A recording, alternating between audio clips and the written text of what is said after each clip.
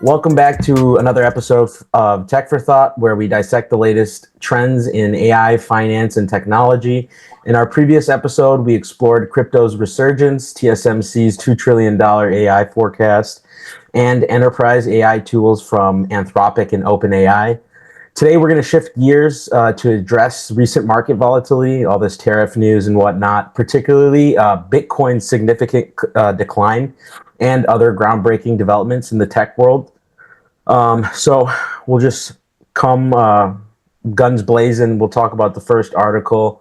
So Bitcoin's sharp decline amid market turbulence. As of April 12th, 2025, Bitcoin's trading around high 85s. We checked it this morning, like 85,886, something along the lines of that, which is approximately 22% below its January peak of 109. And so this decline coincides with the escalating trade tensions and recent tariff announcements. It's been in the news. The U.S. imposed a 104% tariff on Chinese imports, which led to a lot of retaliation from a lot of these other countries, specifically China. And then cryptocurrencies, including Bitcoin, are facing a lot of selling pressure as investors seek safer assets. Crypto is not the safest asset nowadays, so it's very volatile, especially with all the market uncertainty. And analysts are suggesting three possible outcomes: a moderate solution with prolonged negotiations, swift de-escalation leading to a Bitcoin rebound, or a full-blown trade war pushing Bitcoin and global markets deeper into bear territory. So my question is to you guys: what are the broader implications of the trade tensions, just in general in America, on the cryptocurrency market? What do you guys think? Obviously, these tariffs things are all of these uh, announcements by this administration that they're pausing them. They're oh no, they're coming back. We're pausing them again. Oh no, we're actually reducing them. Oh, never mind. China increased their tariffs. We're going to increase ours as well, and we're just going to keep increasing them.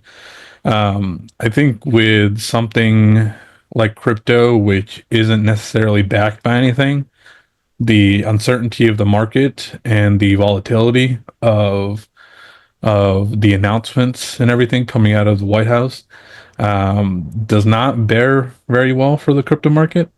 I think the most or the biggest pressing implication for crypto in general will probably just be the fact that it just won't have like a normal market to stand on. So a lot of people won't be trying to invest in it because which I guess will also bring the price down, etc. Because that'll flood the market if people are going to try to trade these cryptos in because they see that the crypto market keeps crashing.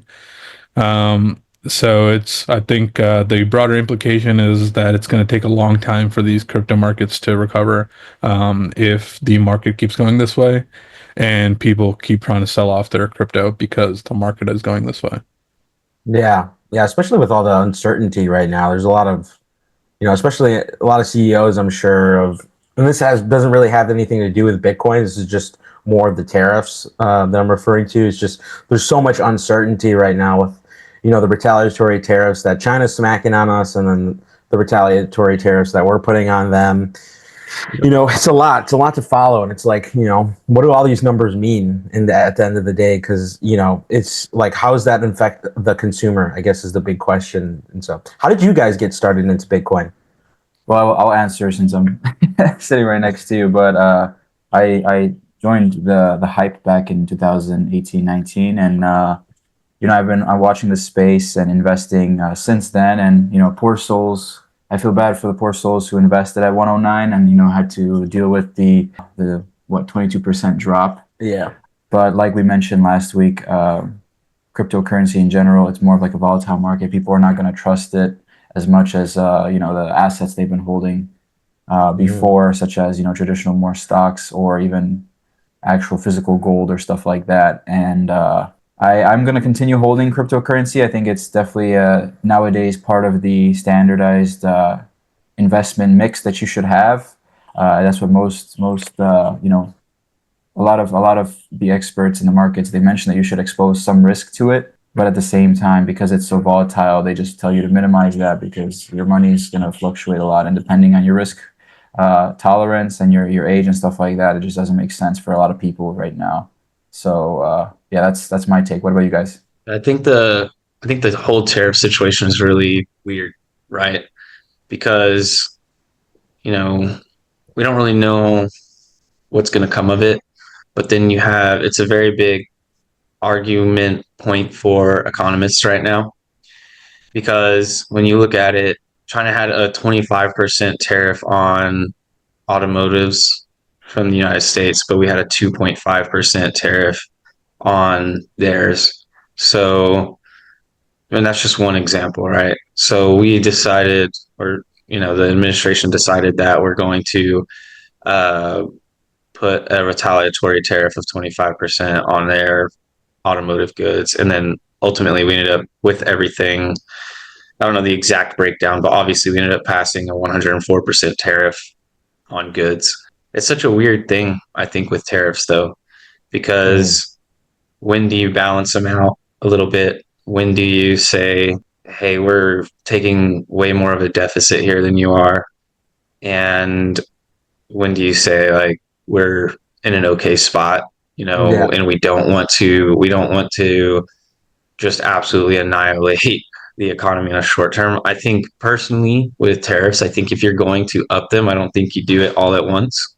I feel like it would be much better to increment it.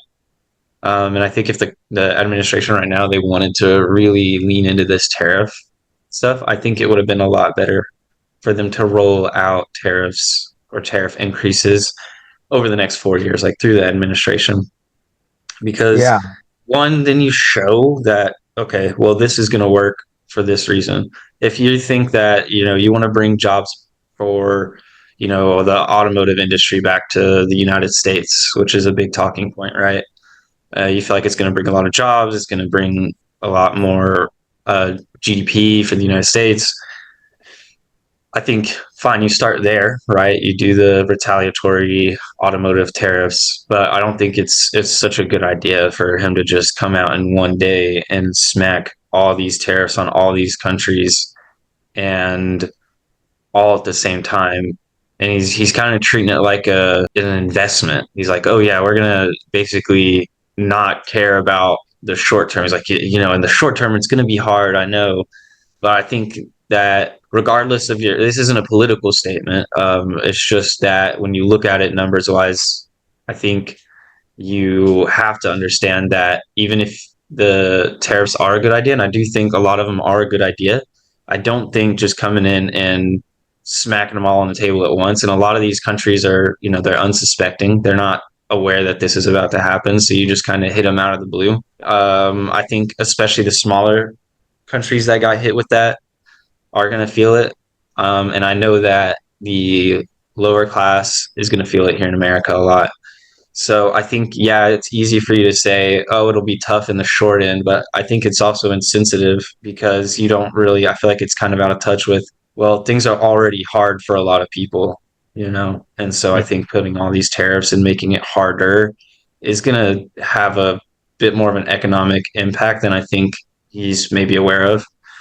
And again, that's not a political statement. That's just analyzing numbers. I'm not getting into politics. I don't really care for it, but I just think numbers wise, you have to. If you're looking at investments, you don't just drop $500,000 on something that you've never done before, right? Or that you think is going to work without thinking about the consequences. Because obviously, China is just as they're going to be childlike and be the same way. We're just going to all play little tariff games of, well, I think you're unfair. Well, I think that was unfair. Well, I think you're Yeah. unfair. I think you're, like it's just going to be back and forth. And that's why everybody's so nervous right now. I know the market's kind of rallied back recently, but it's going to be very up and down, up and down. Yeah, I mean, I think crypto with that. I think just in general, it's just the way the government has gone about it is just fairly ridiculous because now not only are prices for consumers going to go up because these corporations, they're not going to want to pay they're not going to want to eat the cost of these tariffs. But the other thing is that You were talking about trade deficits, Chris. I thought that was really interesting. Some of these countries that we have trade deficits with, basically, like, it doesn't make sense how they're going to pay it back, because if our trade deficit is so high, like if you take Vietnam for example, Vietnam's GDP is not very high, but they have the highest tariff on us. Like, I think those numbers, I don't know if they were accurate. I've heard a lot of speculation online that that chart that the administration was showing about the different tariffs from the different countries, I heard they were conflated. I've heard, but I don't know. The fact of the matter is, like, their GDP is not as high as some of these other countries. So, like, realistically, I don't know if these trade deficits with like countries like Vietnam are going to like be able to pay us back, essentially. And just for clarification, what a trade deficit is, it's like, I always thought of it as like, I have a trade deficit with my local grocery store because I'll go there and I'll buy from the grocery store myself, but they won't buy anything from me. So hence trade deficit. I'm buying more from them. They're not buying nothing from me. So I have a trade deficit with my local grocery store. Well, I think the big focus on this is the basically the different amounts of money that's being charged to imports and exports. Because if Vietnam has a 90% tax or whatever it is on us, or I'll go back to the China example, right, of 25% on automotives, that means whenever we send goods there, they're charging 25%. And so they're getting that 25%, and we're only charging 2.5%. So when we have a trade deficit to other countries, and we look and we see, okay, well, you're charging me 25% and I'm only charging you 2.5%. Now we're saying, well, why the hell are we doing that? I want 25% if you're getting 25%. We're basically saying that doesn't seem fair. Now, typically, tariffs have been, if I produce, it's kind of supply and demand, right? Like, if I produce a lot of this good, and I ship it to you, then you'll have a lower tariff, right? Because you need that more. So that's probably why we've had in the past, we have a 2.5% tariff, right, on automotives, because we get a lot of them from China or those Asian companies over there. I mean, like Japanese vehicle manufacturers, South Korean manufacturers are big. Yeah. So I think like typically that's how it's been, but we don't get automotives as much from China. So that's what tariffs usually are. It's like you tariff based on the goods, what you're putting out and needing. Obviously, like I said, supply and demand. If I need what you have, I'm going to incentivize you to send it to me. So if you have chips and we really badly need your chips, I'm going to offer a really low tariff so that you'll be incentivized to send them to us, right?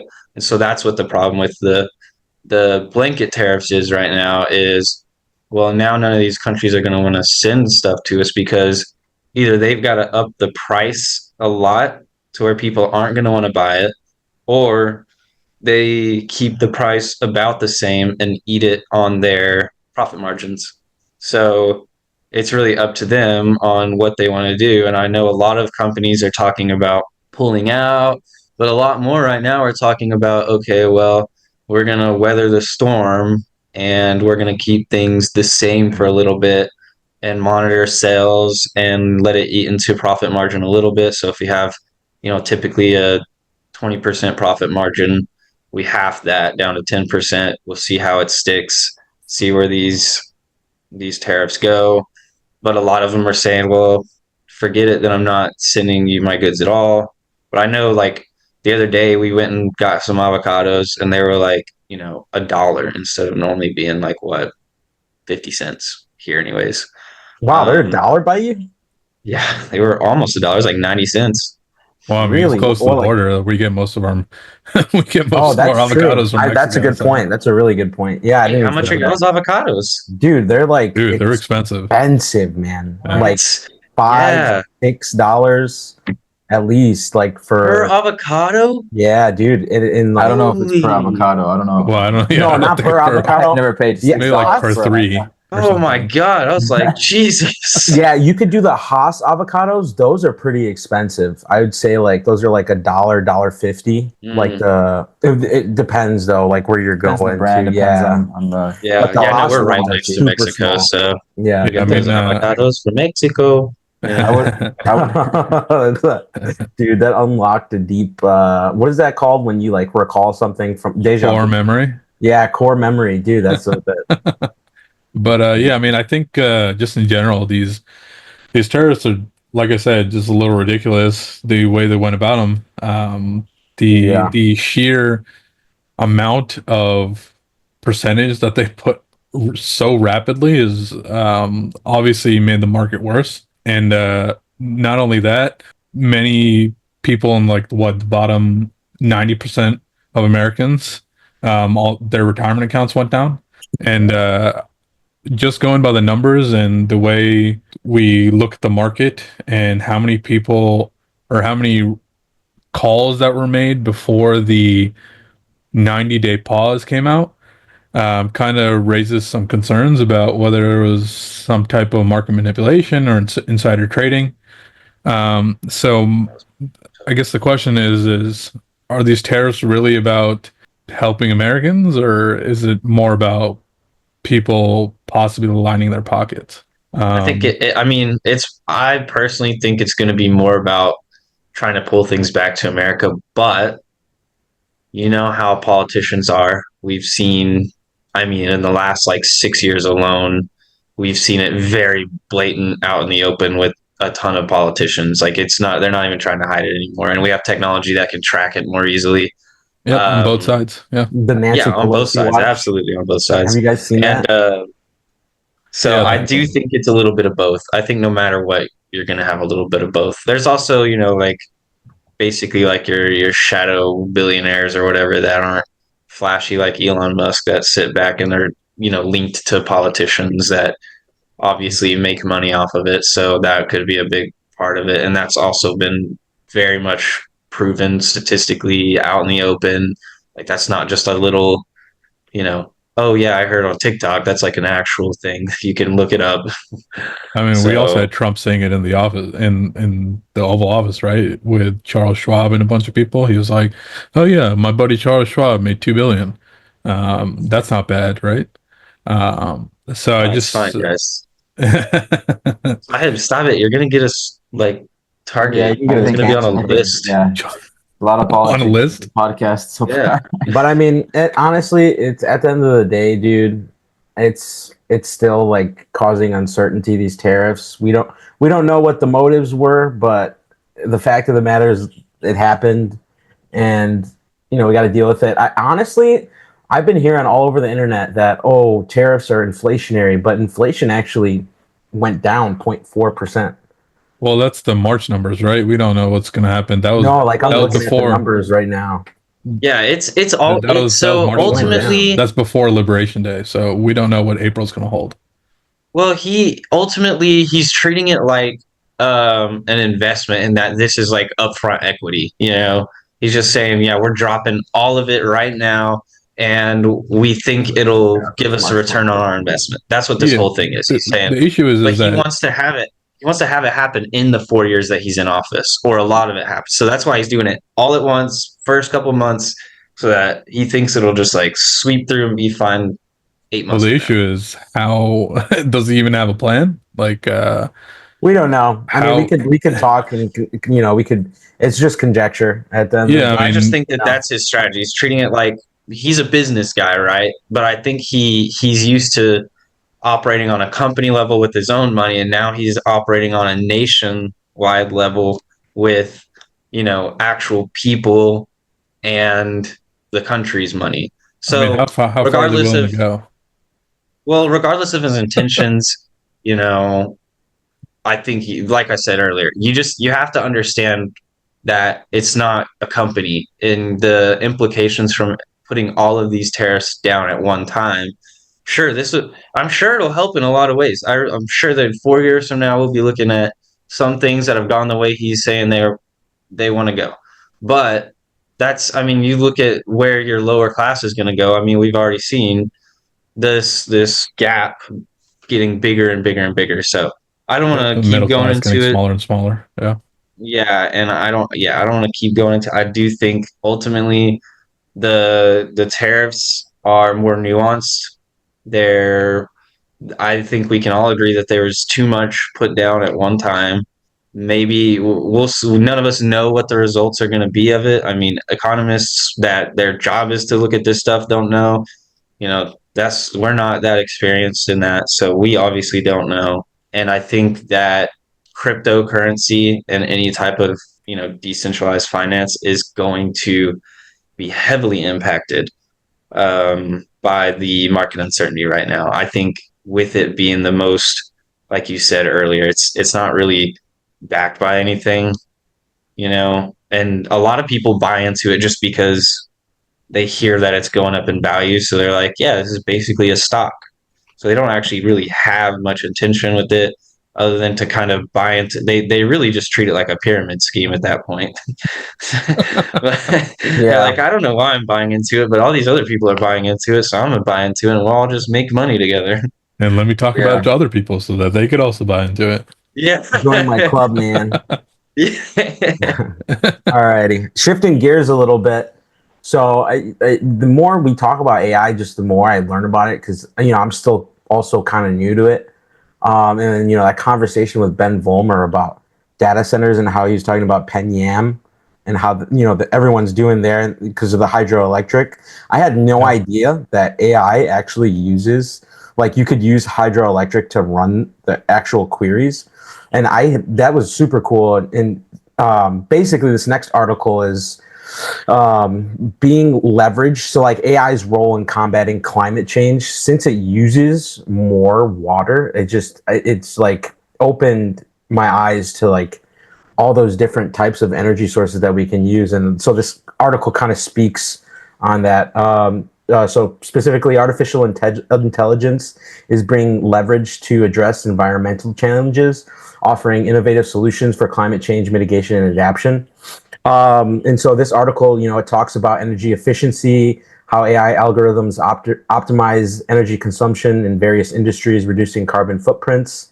Also, climate modeling, where machine learning enhances climate predictions, aiding in better preparedness and policy making, as well as, a big one that we've always talked about, the data center impact, where the environmental impact of data centers, primarily due to the growing demands of AI computing, is projected to triple by 2030, highlighting the need for sustainable computing architectures. So my question is to everybody, how can AI-driven solutions be scaled to have a global impact on climate change? I think before we can even talk about that, I think we kind of have to talk about this kind of paradox, right? So the article obviously talked about it as demand for AI computing and these data centers grow, so does the environmental footprint of these solutions. But yeah, the projection that these impacts may triple by 2030 kind of underscores like this critical paradox here. While AI helps reduce emissions in many sectors, I think the issue is that the infrastructure that powers these insights also contributes to them. Um, and so the question is are these insights doing enough positive? Is there like a net positive with these insights against the amount of resources that these data centers and things are actually using? I know that there are AI algorithms out there that are now integrated into smart grids and industrial processes, as well as building management systems to optimize energy consumption.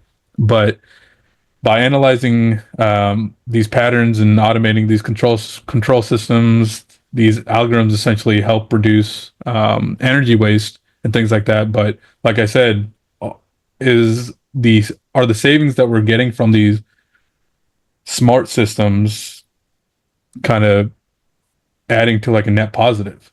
So, like, is the juice worth the squeeze kind of deal? Right. Yeah. Yeah. Okay, gotcha. I think in a lot of situations it is, honestly. I think because I was reading a lot on some of the new technology around monitoring ecosystems, wildlife, carbon emissions itself, live in cities and stuff like that. I think at the end of the day, and I mean, anything you do on the internet causes carbon emissions. The amount of carbon emissions from you watching a 30-minute show on Netflix is pretty insanely high. Now, whenever you binge all of Severance season 1 and 2 and 3, And Black imagine how Mirror. many imagine how much carbon emissions you've just generated, and the people that are will watch it themselves and are showing their friends, and they all sit down and watch it. Like anything you do, streaming platforms are probably one of the biggest industries right now. And you think about it, anytime you use that, that's a lot of carbon emissions. But you know it is important to take into account the usage for AI. And just because it doesn't use as much as this platform or as much as another platform, is still using it. And I do think that it's an important thing to know. But I also think that it's very beneficial in a lot of circumstances.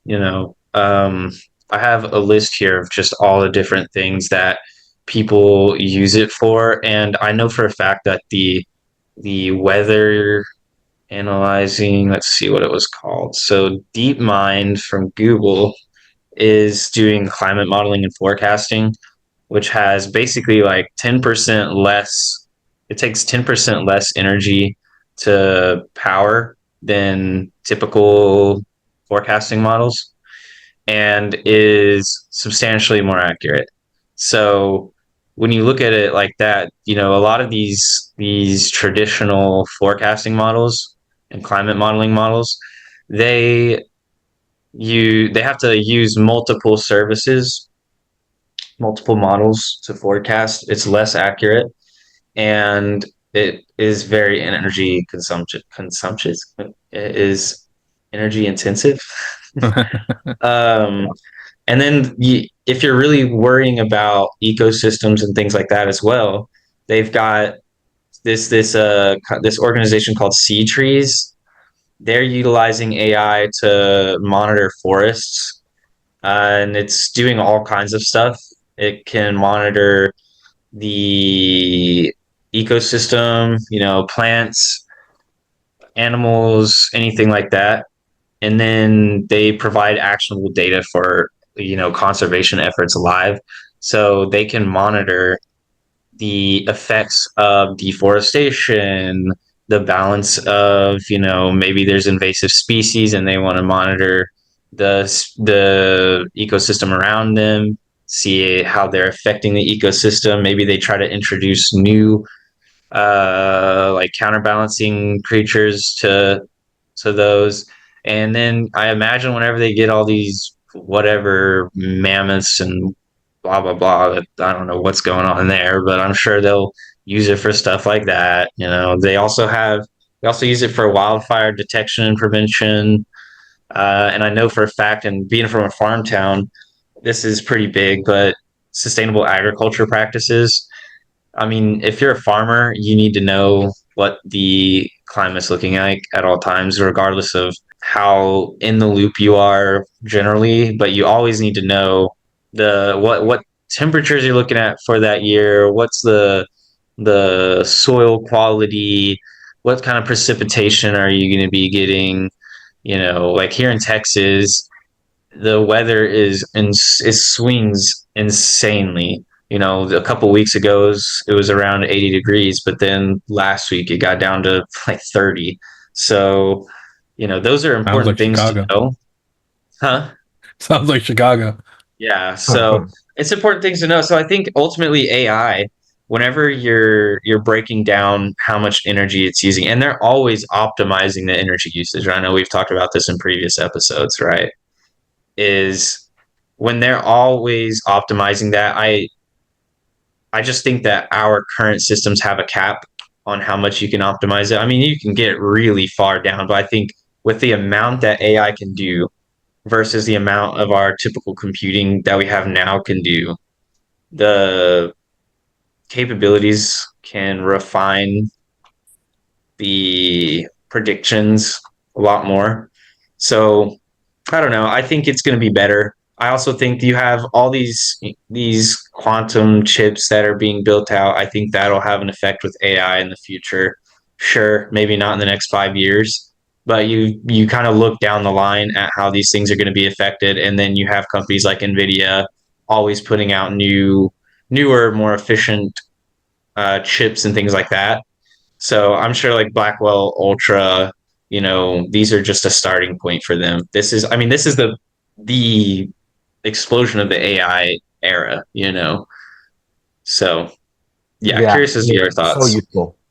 I wanted to just add on to that. I wanted to mention that in most cases, when you have these type of new optimizations, or if you're just focused on how much you know damage a beneficial solution or software is actually causing, there's always people can eventually figure out perfect balance, right? And so that's what I think needs to happen. But I think it requires collaboration between a lot of different organizations or institutions, as well as probably some type of government regulation or oversight. That's just the challenge, is that getting all of the people to work together to utilize the beauty and the benefits of the efficiency that it causes. Because someone before had to work on these models, someone before had to give you this data or analyze and stuff like that. But now, if you're able to reduce that that workload significantly with AI, I think that's wonderful. That's what the tool is supposed to be for. You can have that person that used to work on it do something else,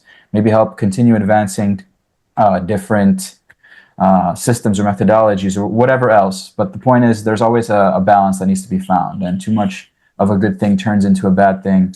That's just my quick take on it. Is it just requires people to work together. Yeah, 100%.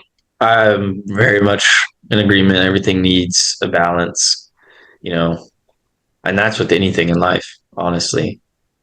Dude, imagine Majorana with TSMC's 2nm nanometer technology using freaking AI. Dude, that's crazy. Like the quantum chip, man. That Majorana is super cool. You were Yeah, talking about it they recently. keep coming out with updates on it too. So I'm curious to see where. Like I said, I don't know enough about hardware, and as Mhm. much as I try to learn on this quantum stuff, I never have the time to just delve deeply into it. Plus, once you get so far into it, you realize you need to go to college for that kind of thing. Like Yeah, I can yeah. do little learning on Udemy all I want, and I'm not going to be able to be super fluent and You just gotta solder Yeah. your own chips, huh? At home. Just Yeah, get just a make your own chips, soldering bro. iron and get let me those just start boards. working with their new form of matter real quick. Yeah. Yep, Easy. exactly. Just I'll just call up, do it right here in my room. Like I don't yeah, even. Who needs a lab just call up or a Satya. garage? Just call up Satya and be like, "Yo, Satya, hook me up with some Majarana, man." Yeah, him and I are tight. Honestly, we got dinner on Friday. Oh, really? Who Yeah, paid? That's I nice, did. I man. feel bad for him. Makes sense. Makes sense. He's only making a couple $1 million a year, so Dang. Yeah, yeah. yeah. He's a little poor, but it's okay. Dang. Well, speaking of finance, we got right here the next article, The Rise of Decentralized Finance. So this is going to be, as I feel like as AI grows, DeFi will also grow. Specifically, this article talks about platforms. Decentralized finance platforms are transforming the financial landscape by offering decentralized alternatives now to traditional financial services. So the thing about DeFi, a lot of the DeFi apps are made on Ethereum, like this blockchain, the Ethereum blockchain, and the reason why is because Ethereum offers what's called smart contracts. So in the smart contracts, honestly, it's super useful and it has a lot of utility. Specifically because they're able to, once a certain number of conditions are met, then you automatically get paid. Like it's locked in. So like, say, let me see if I can find the example in the article. Yeah, so it says here, it broke it down really good. Let me see. So if a user wants his or her money to be sent to a friend next Tuesday, but only if the temperature climbs above 90 degrees Fahrenheit, then it could be then they'll get paid out with because it satisfies all those conditions. So this technology is super good for DeFi because it allows for this to happen, things like this to happen, as well as it provides access to financial services for unbanked populations worldwide. Not everyone has, Wells Fargo next to them or something to go bank at. And then, in addition, regulatory challenges, the rapid growth of decentralized finances raises questions about regulation and consumer protection. So, there's a little, regulatory challenges there as well. And then, as well as security concerns, the decentralized nature of DeFi platforms can lead to vulnerabilities, including like smart contract bugs and hacking incidents, as well as like yield farming, which, DeFi introduces innovative financial products like yield farming, allowing users to earn returns on crypto assets, which is super cool, super useful if people are looking to get into that. I don't know too much about that myself. I just, read it on the article. So might want to do more research there if you're interested. But my question is, what measures can be implemented to ensure the security of these DeFi platforms? What do you guys think? Should they offer these contracts like these? A good idea to build it on Ethereum? Should they choose a different blockchain? I don't know enough about it, but I'll say honestly, I would just defer to you, Saib. Yeah, I mean, I think security obviously is one of the biggest concerns when it comes to DeFi, and rightfully so. I mean, how do we make these platforms safer, right? I think first off, rigorous smart contract audits are a must, obviously. Bringing in third-party experts to thoroughly test and code to helps catch these vulnerabilities before these bad actors do. I think then there's also formal verification. So this is more of a kind of mathematical approach that essentially allows developers to prove certain parts of the code and how the code will, and if the code will behave as intended. It's essentially like checking your math homework, let's say, with a calculator. Only the stakes are millions of dollars. Yeah. I think another key tool is bug bounty programs. Essentially, by encouraging ethical hackers to find and report these flaws, we can stay essentially one step ahead of the threats and fix these issues proactively. Some platforms are also introducing decentralized insurance protocols. These act as kind of like a safety net covering potential losses in the event of a breach. So there's lots of things we can do, but you can't really ensure everything. Technology is going to keep advancing, et cetera, et cetera. So these companies and these platforms are just going to also need to keep innovating and things like that. So yeah, I mean, those are just some, but I, like you said, I don't have that much information on decentralized finance, but yeah, those are just some of the tools that people are using and implementing. Yeah. So Yeah. I found it super interesting that they specifically use Ethereum, and Ethereum offers those capabilities. How did you guys first get into like cryptocurrency in general? Like, is that something that you guys like started early, or is this something that you guys like just got into in general, like over the years?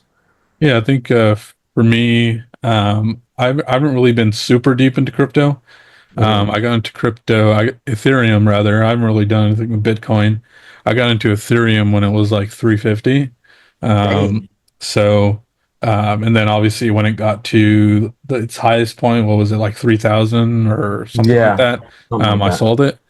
So I haven't really gone more into crypto since then.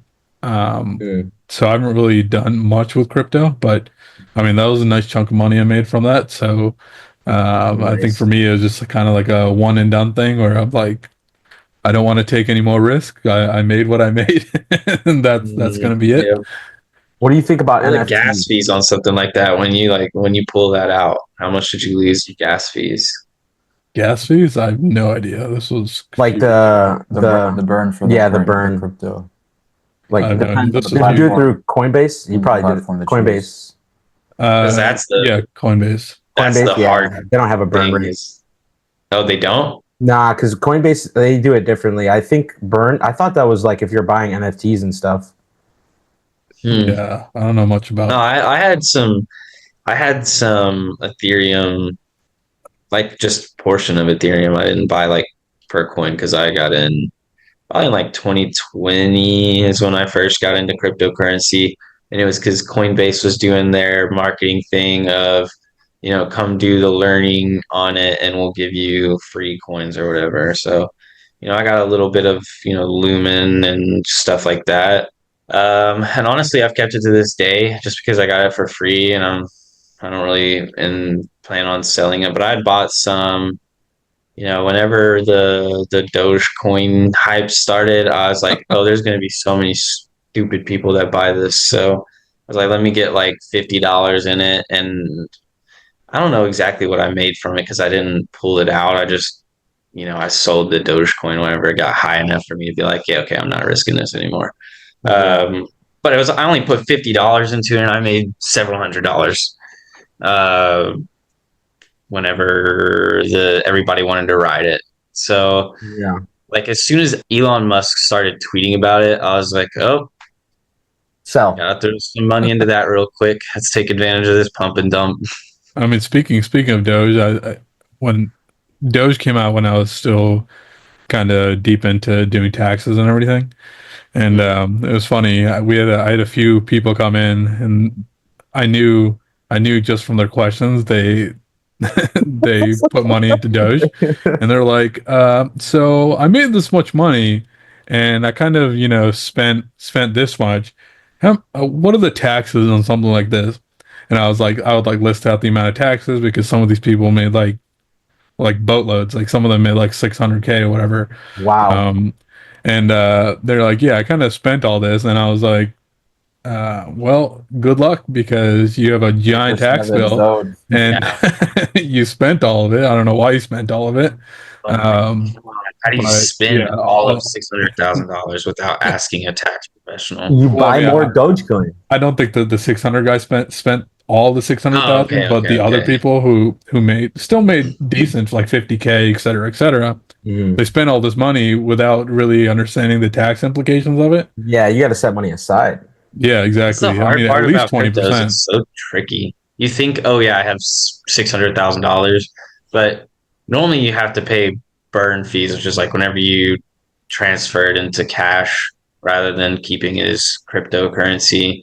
So you have to pay for that, which is normally a pretty hefty amount of what you pull out.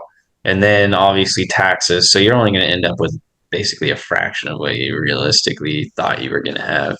Yeah, and crypto in general is people need to realize what people don't realize is that when you convert a coin to something else, in the eyes of taxes and the government, you're essentially selling the coin and then converting it into another coin.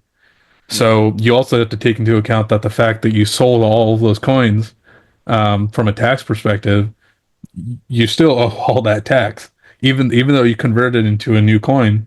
It's not like converting. It's not like converting a Roth or a traditional IRA, pulling the funds out and converting it into a Roth IRA.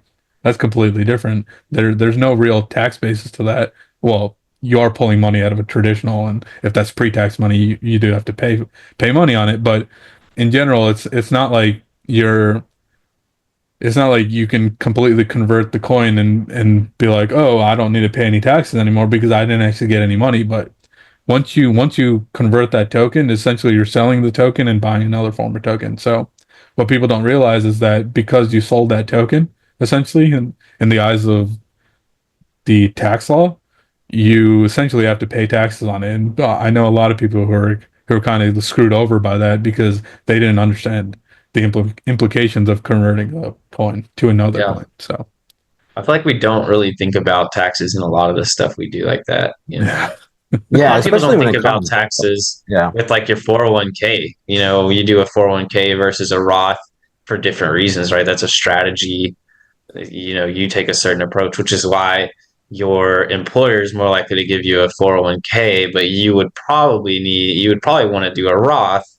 So personally, I do at work, I do like a 3% to my Roth and then our matching percent to my regular 401k, because your Roth is taxed. So your 401k, the way they're taxed is inverse, right? So one of them is taxed now, so that's easier for your company to do.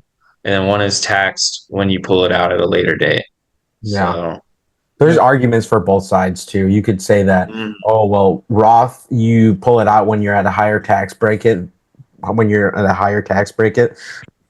Thus, that when you take it out, it's taxed higher. So some say like, get the tax now when you're on a lower tax bracket, making less money, and so that you can take advantage of the non-Roth IRA. But there's both sides to the coin. You can make it's all preference at the end of the day.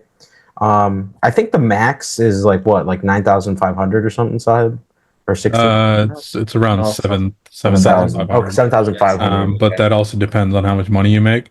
So And if then you make a certain amount of money, you can't necessarily contribute to a Roth, depending on the amount of money you make. That's why people do kind of like the backdoor Roth, where they put money into traditional, use tax dollars, they put it into traditional, and then they roll it over into a Roth IRA, which kind of skirts the rules a bit, but it's legal. So They go through that back door. that's why you need to that look backdoor into. Roth. All I'm saying is cash value whole life insurance. Look into it. Read Cash about it. value whole life insurance. Okay. I'm Annuities. telling you, So read good. into it, bro. It's a cheat code. I mean, I'm telling you. if my Read wife into it. if my wife ends up putting a large life insurance policy in my name, I know something's wrong. I'm just kidding. Just randomly busting yeah. When did you get married? I'm just kidding. I did not. I said when I get married, and if. You said when my wife. I'm like, okay. Dude, Well, I mean, I that'd be was so speaking sus. in the sense of future. Speaking of which, had you guys seen that? Like, I think it's like a documentary or something, and this is like totally unrelated. About that woman who tried to actually she put an insurance policy on her husband, like a massive one, and she legit like hired a hitman or something to like. Do you guys know what I'm talking about? Like to like actually murder her husband? Yeah, I mean, I heard that story. But yeah, I mean, that's just ridiculous. It's That's like crazy. Dude. It's like, oh, my husband ended up dying. I don't know how that happened. And then the police look and like, oh, why did you open this insurance policy on him randomly before he 6 months died? ago? Yeah, crazy. But I don't know, some people are ridiculous. Yep. Think they can get away with shit like that, but That. Yeah, be smarter like I am. Use better approaches. I've been married 9 times. Yes, sir. Wait, 9 times? That's crazy. But I'm only 26, baby. Yes, sir. All right. Do you sign like 9 prenups? 9 prenups. That's crazy work. I make sure that I get 90%, you know. Have you watched White Lotus? I gotta watch it. My girlfriend's watching it. Oh yeah. You'll understand what I'm talking about. Go second season to third season chain. You'll understand. Gotcha. That guy gets it. Yes, sir. All right. So we'll move on to the next article. So we're going to talk about AI infrastructure again. So major tech companies adjust AI infrastructure investments. Specifically, the overview of this article, Alphabet and Microsoft are making significant adjustments to their AI infrastructure investments, reflecting evolving strategies in the tech industry. Specifically, like Alphabet's investment planned a $75 billion capital expenditure in 2025 to expand the data center infrastructure, aiming to bolster the core products like search and advanced AI technologies, including the Gemini model. And then Microsoft's strategic pause. Microsoft announced a slowdown or pause in certain AI data center projects, notably a $1 billion development in Ohio, citing the need for strategic agility and refinement in response to actual AI computing power needs. as well as industry implications. These contrasting approaches highlight the dynamic nature of AI infrastructure investments and the importance of aligning strategies with technological advancements and market demands. My question is, so how do these investment decisions reflect the current state and future trajectory of AI development? So like one thing that you brought up actually, Jacob, that was interesting was how do these guys actually know that they can, they make these big investments? What do they have any guarantees like when they make this money, like when they Yeah, I spend? mean, I think the big issue between the two sentiments of both companies is that, hey, Google actually has its own proprietary model, right? So they have these proprietary models. They're getting bigger and bigger, and they know, like, hey, based on the size of the models and the amount of computing power it takes, and the projected amount of users that might be trying to use our models, we're going to need this amount of investment into like data centers, infrastructure, cooling systems within these data centers, et cetera, et cetera. Um, but someone like Microsoft, who didn't necessarily have its own uh, proprietary computing model, and kind of the rift between OpenAI and Microsoft, and with OpenAI now looking at other companies to kind of host their models and things like that, so and get data centers that can kind of host these models. Microsoft, I don't think it kind of points to a decline in Microsoft, or it doesn't. Microsoft isn't really seeing a decline in future AI usage. It's just they need to reevaluate the amount of money they're putting into these data centers, because they don't necessarily have their own model right now, and that rift between OpenAI looking at different avenues to go to find these new data centers. So I think in the future, once I know Microsoft is also working on their models, et cetera, et cetera. So I think in the future, when Microsoft kind of finalizes their roadmap when it comes to AI and actually comes out with these models, or starts working with someone else, we're going to see more and more investments. But I think right now they're just backing off. So I don't really see it um, as Microsoft seeing a decline in AI usage. I just think that both companies kind of have their own viewpoints, and the fact that Google has their own model and to think about, and project the amount of users that are using that model, really adds to why both companies are going in the directions that they're going. And Yeah, I definitely think when you get into how they approach, I mean, at the end of the day, Microsoft and Google, they're these massive tech companies, and they've gotten to where they are for a reason.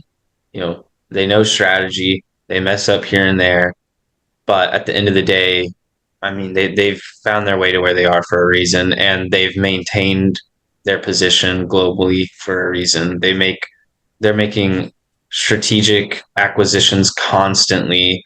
I mean, Google's DeepMind was acquired in 2014. It's not their original thing that they built out. They make strategic acquisitions all the time, these companies. So I think it's a safe bet if they're dropping 1 billion, 25 billion on data centers. These are going to be on an enterprise level. They're going to be for your day-to-day consumer. These are massive data centers, and it takes strategy. And sometimes when you get building on something, and technology is evolving rapidly as they're rolling out these data centers. So Microsoft could put a stoppage on it for many reasons. They could say, okay, well, we want to scale it up slowly. We want to try different technologies. I was just reading on there, they're using a new type of cooling they want to do water positive by 2030.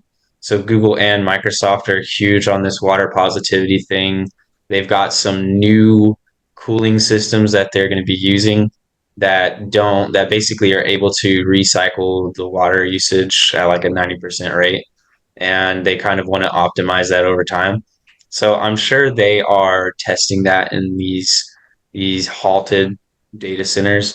There's a lot to it, right? I think you see different chips coming out, you see different targeted technologies coming out, new cooling components, new everything. So they're probably, here's a segment, we're going to try this and we'll scale it up a little bit.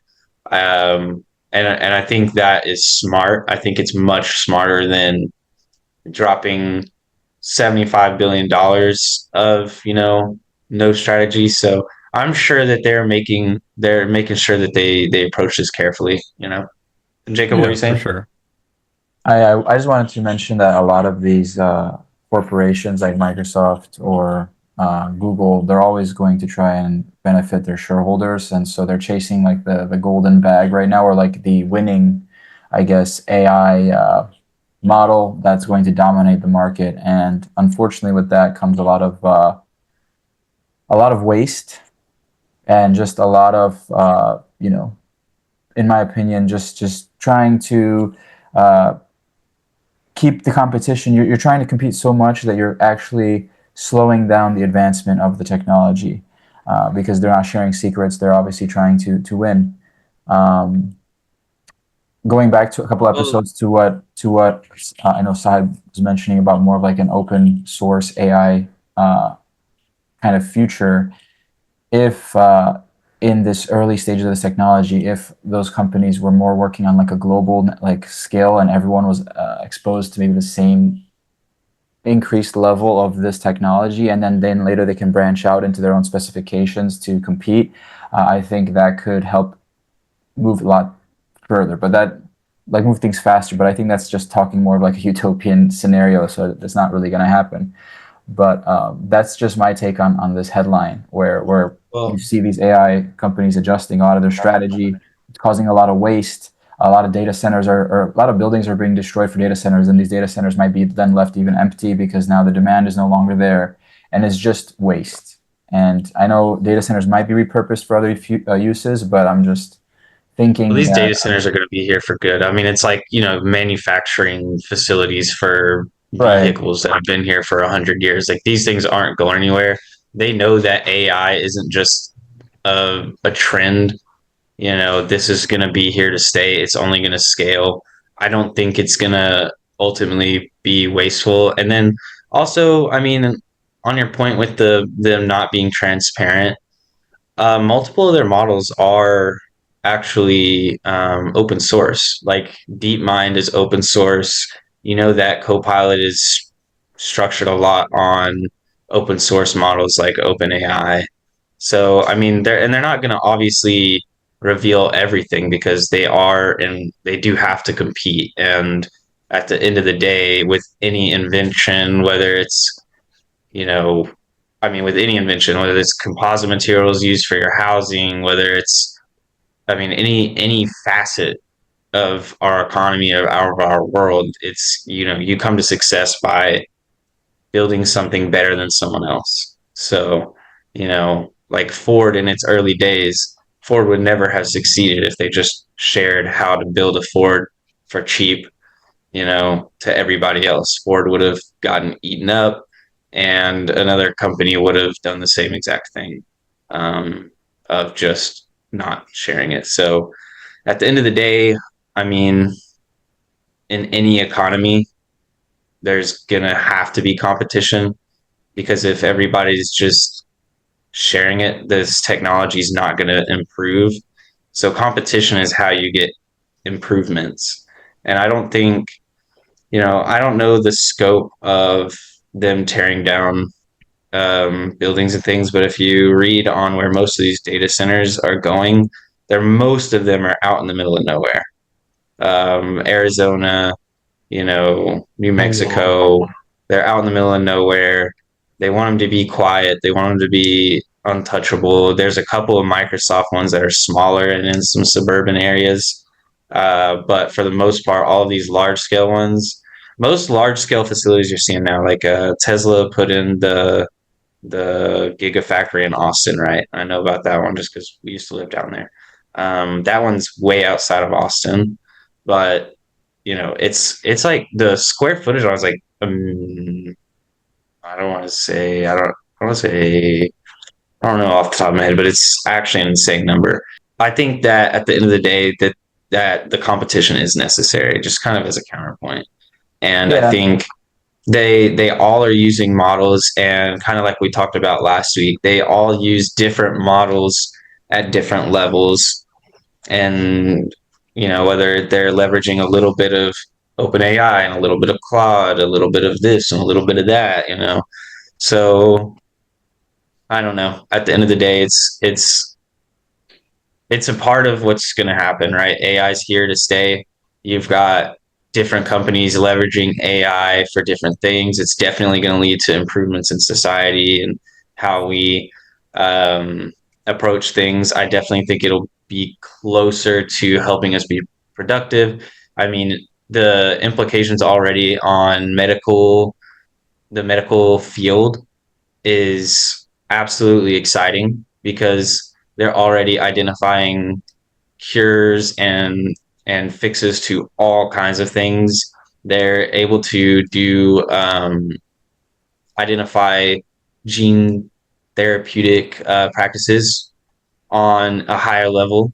So you're going to have less problems with people that are being born with issues, or people that they're worried about being born with issues. So I mean, I think at the end of the day, AI is going to be used for everything and it's a dog, and so these data centers, these ones we're seeing now, are only the beginning. There's going to be a lot more.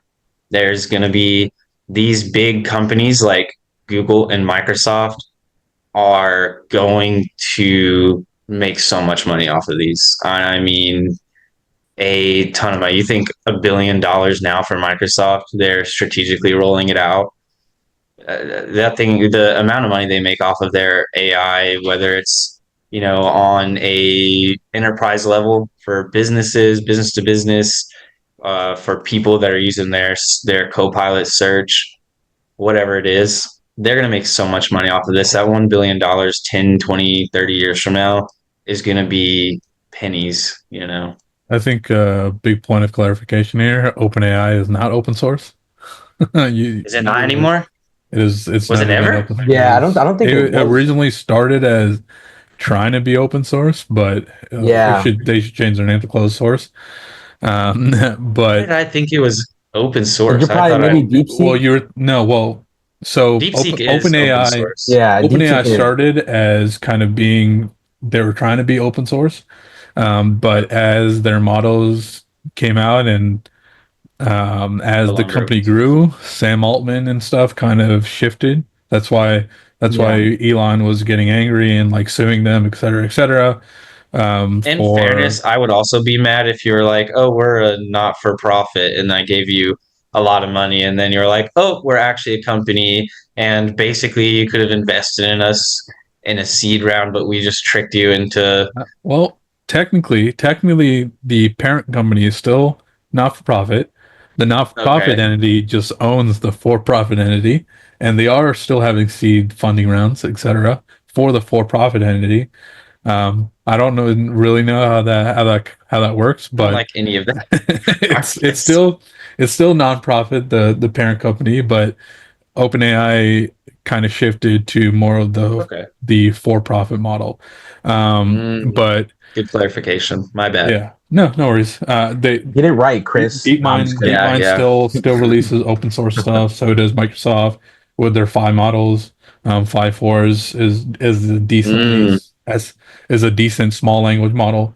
But going back to your point of Microsoft and making money on Copilot and things like that, recently I think it was I think it's just funny how they were offering Copilot as like a separate charge, but now recently they raised the prices of some of their licenses, and then kind of included Copilot into them, which is pretty funny. Kind of a weird shift where I think I don't think a lot of people were necessarily finding or thinking about the value Copilot would offer them. So they didn't really pay for those licenses because they weren't informed on all of the kind of capabilities Copilot had within Teams, mhm. PowerPoint, Word, et cetera, et cetera. So I think Microsoft kind of had to shift the way they kind of implemented Copilot, where now it's included in everything. Now people can utilize it and kind of see the impacts that it has. Yeah. But they also had to raise the licenses because obviously they needed to kind of absorb the cost of including. Yeah, we're in like an era where a lot of people kind of talk about these companies losing money. You know, when EVs were blowing up, oh, every don't do this because you know these companies are losing money. But it kind of wraps back to the point we were talking about earlier of investments. They're not just like this magical thing where you put money into it and then all of a sudden you're rich from it overnight. You know, I you wish. know, with the EV market, it's these companies had to find a way to approach it. You know, I know for a fact people were riding Ford for so long about their amount of losses and Rivian and Tesla about their losses or whatever because yeah, it takes you know you have to invest money into these things. So AI, you know, when people were talking about oh Microsoft and Google and these companies are losing money, so AI is not good, and it's like it's brand new. You know, Copilot's what like realistically 2 years, 3 years old, something like that, of like practical use, and so it's far from perfect. I mean, so this is like you said, I think it's definitely an approach of we're going to make it available for people to use and try, and I think people should use and try it and check back periodically. You probably won't like where it's at now, but check back, use it periodically. And sometimes it does spit out maybe not a whole presentation that you like, but it'll spit out a few slides that you like or something like that. So Yeah. I think definitely they're going to lose money in the short term right now. And I think for them trying to start out by selling licenses, I think that was just kind of a not a great move on their part in the first place because you want your everyday people trying it. And I know we actually were just talking earlier about how they got Copilot licenses for us to try out and things like that because they want people on the enterprise level to see it. Because once you start letting people on the enterprise level see it, they start wanting to sell it because they're starting to like it or they can learn from it as the time goes on. So, you know, we can talk about it on a podcast. But I do think, yeah, I think it's all strategy stuff. I think people get too caught up in such short term stuff all the time, and I think we've talked about that every single episode. Of people are Yep. too caught up in the current state of the stock market. They're too caught up in the current state of this. You know, you have to look at this now, but this now is like 20% of the picture. The other 80% is 5 years, 10 years. Yep. Yeah. Yep. So speaking of which, what factors what factors might influence a company's decision to accelerate or pause AI infrastructure projects? Like what are you guys thinking? Is there Yeah, I mean it's kind of like what I said before, right? How now that so Microsoft had this like great relationship with OpenAI, how they were using their models, et cetera, et cetera. But now with this giant rift happening between OpenAI and Microsoft kind of had to scale back their infrastructure needs because OpenAI was kind of looking for other data center holders, other hosting platforms to kind of host their models, right? So Microsoft kind of did like this strategic move where they were like, okay, because of this kind of rift, we don't see where our relationship with OpenAI might go. We're going to start looking at other models like XAI, Claude, et cetera, et cetera. And then we're also going to scale back our infrastructure needs for now. Doesn't mean that they're going to do it forever. Just right now until they kind of figure out their path forward, where they don't need to rely as much on OpenAI. And then once they do that, then they can start increasing their infrastructure needs. Let's say they partner with Anthropic and Claude now needs to, because all of these Microsoft customers and Microsoft themselves are using it, they're going to need more infrastructure and data centers to kind of host this model. Sure, Microsoft will then be like, okay, let's restart that $1 billion investment in Ohio. Let's reinvest into data centers overseas, et cetera, et cetera. So the point of Alphabet and Google in general, where they're investing 75 billion, they kind of had this approach where they kind of started late, um, in terms of the amount of investments they were doing in AI in general. I mean, they were a large search company, so they already had lots of data centers and servers and things like that. But I think because of the fact how much AI is growing and things like that, they realize like, hey, we might not necessarily have the infrastructure that Microsoft and everyone was rapidly starting to deploy. So based on the amount of users that we project are going to start using our platform, we're going to need to kind of invest the $75 billion. And I think that's also why many people are sleeping on Gemini. I used Gemini 2.5 Pro recently for 2-3 weeks, and it's really good. And I think other companies should be worried with how fast Google and its models are kind of evolving. And I think they should not be complacent and think that, people are using ChatGPT to search more rather than Google search. I don't think they should have that mindset. I think they should keep an eye on Google because the amount of infrastructure changes that they're making and the amount they're investing kind of shows that they believe that their models are going to keep evolving and getting bigger and bigger and greater. So I think that factors like that should influence other companies to kind of keep accelerating, keep their foot on the pedal because Google's coming back and Google's coming for them. So Coming for that money, coming for Yeah. all that money, that market share. yeah, exactly. Yummy, yummy market share. Market share. All right. Oops. So, sorry, what were you saying, bud? No. I was just gonna talk about this or ask you about this Quest game engine from Microsoft. Oh, the Quest game engine. Yeah. So that. So it's cool, man. It's cool. I don't know. Have you played Quake 2? Have you guys ever played Quake? A little bit before my I've generation. not. Yeah. No. Not I mean, I familiar with have. that title. Yeah. It's like a first person shooter. So basically, Microsoft unveiled the new AI-driven game development tool that builds entire RPG, like role-play gaming quests, using simple text prompts. So this is like a game development revolution because this tool is using Gen AI to automate character creation, quest scripting, and world building.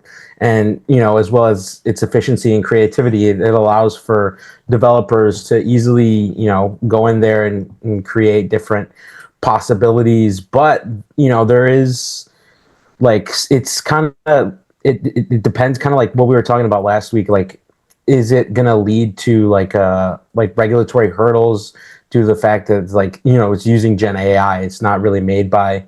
So there's a lot of industry implication where like Gen AI plays a central role just in interactive storytelling. And so my question is like, do you guys think this is going to reshape the entire like kind of like small indie game market? I don't know if you guys are gamers. I'm a big gamer myself. I'm gonna respond to this one with the simple answer that what is it trained on? And if it's trained on prior games, then you're kind of taking the ideas similar to how we were talking about like with music. Same with it is a tool, so it can really greatly help expedite the production of a lot of these, games, as well as like if you're if you're a solo developer, which a big game recently right now that's been going viral is Schedule One. Oh yeah, which that was made by a single developer, and it's a massive success. And so this is a tool that could probably be used to help see more of these solo developers and help change the game market a little bit and make these AAA companies, yeah. they have to compete a little bit better. But the point is, how are you training this AI that can create these quests or these games? And I think it definitely will lead to if it's a tool that can just be utilized without having a lot of infringement, then I think it's it's a great resource, but otherwise, I think there's definitely a lot of ethical ramifications, and it's Yeah, I not think fair to prior. It's not fair to prior original ideas, people that created those original concepts. That's my take. yeah, I think it's definitely good to take into account that people shouldn't be able to just like you shouldn't be able to train as an indie company. You shouldn't be able to train your model on Call of Duty's movement and stuff, right? And likewise, if you're Call of Duty or something, you shouldn't be allowed to train your model on a competitor's gameplay. I think the main use case we're seeing is companies are training models for their current games on models that they've or on games that they've created in the past. So I'll use Call of Duty just because that's what I've been playing lately, right? They've got this new Omni movement system. It's very smooth. A lot of people like it. And they're talking about keeping it in their games going forward, right? So the traditional way would be okay, we could either use this as a base or we know how to build it out. So we'll just build it out again in the future on our next game. But the problem with that is implementation and optimization. So yeah, this is going to be a different game. It's going to have different size maps or speeds or whatever it may be, weapons. So they would have to implement the models and redo everything, but trying to use the old system with the new system and all that, right? But if they just go in and say, okay, this is the movement I want, these are the models I want, this is how I want them to interact with each other, use this game and this game and this game from our past to train this model to meet this criteria. I think that's what you'll see more of. I think indie games are really bad about trying to get as close as they can to existing games, which is, I think it's fun. A lot of times I was a big proponent of what was that game called? There was a game that was like kind of like Pokemon, but you could build your bases and stuff. Oh, Pal World? Pal World. Yeah, yeah, yeah. Yeah. So that was a huge thing, and they got sued. I actually don't know the results of the lawsuit there, but they They got said sued that because of. they Huh? basically said that Pokemon had no grounding or they Okay, had no that's what I basis. thought. Yeah. They did come really close though on a lot of their character models, but basically it was decided that Nintendo didn't have, well, at least before the end of it, that was the big argument. Like Nintendo didn't actually own the models or, the idea that they were close to your model. Like you can't own that either. So they didn't copy it directly. They were maybe inspired by some of them for sure, but you know, I think the indie gaming world is going to be they're going to see their creativity can be facilitated better. So instead of having two guys take forever to code up a game, they can just enter. Yeah, have you ever worked with Ubisoft's engine or any of these other game engines before? Because they all use Unreal. the same models and same. Any of these companies just pay. The Ubisoft or whoever, right? Yeah, the engine holder to run Unreal their Engine. Yeah, so they're make the all game they're all on their using engine. realistically the same material anyways. So it's not going to really change too much on that except, I'm sure these engines are going to be trained on the games that use their engine, like if you're using our engine and we already have this pre-coded, you're using it, we're training models so that if somebody wants to come into the engine and say, I want this type of movement, I want these types of weapons, this is how I want them all to interact, whatever the game may be, I think it's going to be a lot easier for these smaller companies because they're that's what they're known for, right? These small companies, they're like, oh, we've got 4 people making this game and it's super impressive. Imagine with people that are that passionate about their product, because I do think a big problem with the gaming world right now is it is too corporatized, you know, and I'm not the type to be like, oh, corporations, But I do think something like this is they're too out of touch with people that want to play the game, like your everyday person. Um, and they prioritize the wrong things. I'm going to keep using Call of Duty as an example. Call of Duty, you know, I'm not against the like camos and skins and stuff that they put in the store, but I don't like that they prioritize, their store and what they can squeeze money out of rather than fixing servers and other issues they have within the game, right? I mean, So I I think a think better one is Madden. yeah, Manning's awesome. yeah, Well, this year it God, sucks. the Pokemon is a great example against Power World. I mean, it's been the same freaking game for 20 years, just better Yeah. graphics, or now you're 3D. It hasn't changed. So when Power World came in with a different approach, and you could like have your monsters do little tasks on a base that you built, like that was super cool. That's why everybody played it. Where Innovation. Pokemon is just kind of it's gotten flat. They don't Very do linear. anything. Yeah. So I think this is going to be good. Yeah, definitely. Especially like game like Quake. I think Microsoft did own Quake, so I think it would be in they'd be in the right to train their because they own that. But yeah, Right. definitely implications. I think this article also specifically focused more on the storytelling aspect of games. So any game that has a lot of story-rich content, where someone took the time to write up their ideas and script and stuff like that.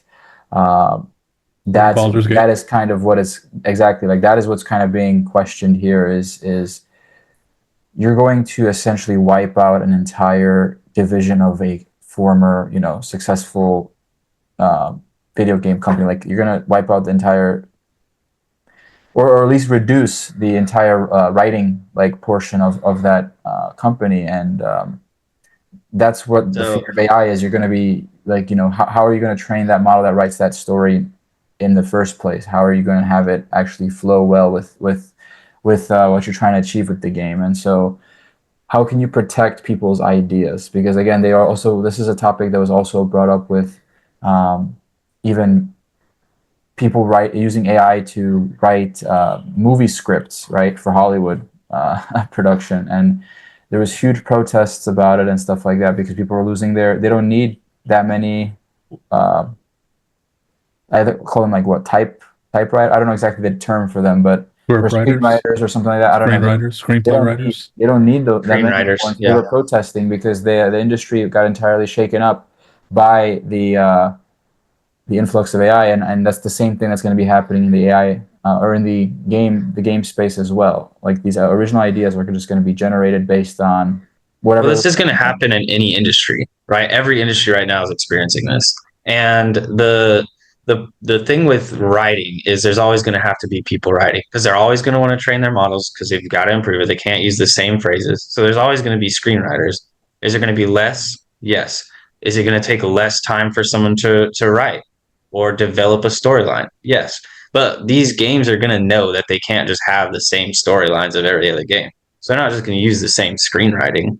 So they're likely, even these companies that are training the models will hire screenwriters just to write their story ideas. So it could actually enable more creative possibilities. Because a screenwriter, whenever I work at a company, if I work for a AAA gaming company and they're telling me what they want the story to be, I don't really have that much creative freedom. But if you go work for one of these game engines or whatever, and they're like, just write something that you think would be fun. Just give me a crazy story, whatever. A company might actually just come along and like it and end up using it, maybe pay for rights on it, whatever it may be. But I think, if you're a company like that that's leveraging LLMs trained on story writing or whatever, I don't know the extent of how they would use that because I think at the end of the day, you have to have some of your own story writing. But I think if you want like to take little bits of people's ideas from the past, it would be a really cool thing to just for one of these companies to hire a bunch of screenwriters or whatever and script writers to just come in and write some stories, storyboard up a couple stories, sell the idea to the company and let them train their model on it, I And mean, we saw also, I that we think, saw that in movies before AI. Anyways, people were yeah, copying formats of movies, yeah, and I mean, there's only really so much you can talk about, right? Witches, dragons, space, um, yeah. I mean, Disney bought fighting. literally all of Marvel and wrote it all based on a comic book. So, so I mean, everybody's reusing everything right now. And I think at the end of the day, the public really holds these companies accountable. You know, people at the end of the day, like people do hold the power in the markets. You know, if you choose to buy something, but you're complaining about you buying it, I mean, that's realistically at the end of the day, unless it's a need, that's on you. Like when people were buying cars, $15,000 over the actual value of it 3 years before that. I mean, if you're upset about the cost of a car and you don't need a new car, well, in my eyes, if you're choosing to support that, then that's on you. So with gaming, if you're choosing to support all these companies using the same storyline just with different skins on it, that's on you. Don't support it. You know what I mean? Like, don't buy it. But I think at the end of the day, all of these are going to have more positive implications. I actually think it may lead to more job openings because if you get more indie companies, right? You get more of these indie companies opening up, because people feel more empowered to sit down and write a story because it's easier. Yep, yep. Yes, sir. Well, we had a great conversation today, guys. Thank you for tuning in to Tech for Thought. If you found today's discussion insightful, please follow, subscribe on YouTube, and share the podcast with those interested in the evolving worlds of tech, finance, and AI. Thanks. Yep. And if you guys have any more ideas or anything like that, feel free to put them in the comments, etc. But yeah, thanks. And we'll see you next week.